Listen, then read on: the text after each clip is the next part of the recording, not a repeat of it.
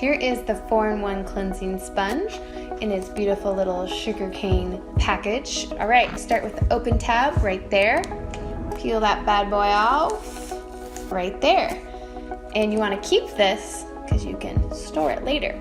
So this is important because you want to first get this sponge fully immersed in water.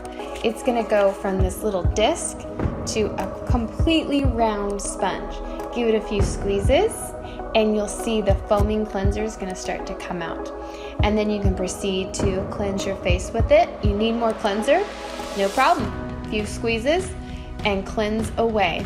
I like to do my cleansing, rinse off the sponge, get the suds going again, and then kind of focus on the areas. I point here because I have melasma to lighten and brighten, and I point here and I leave the cleanser on here because I have oily skin, and this has been my problem area recently of having little breakouts. So I leave it on and it's gonna sit, you can do a few minutes, you can do 10 minutes, you can do what you like, and then you can rinse it off. And the exfoliation process is just happening with the sponge.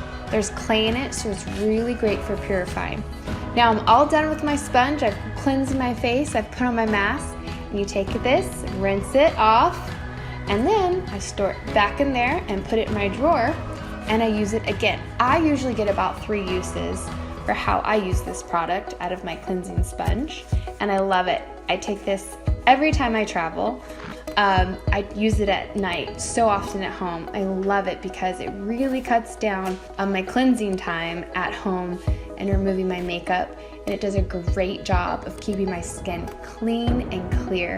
And I have combination skin, so it's sometimes really challenging to have a cleanser that clears your skin but doesn't dry your skin. So I'm super stoked on my little 4-in-1 cleansing sponge.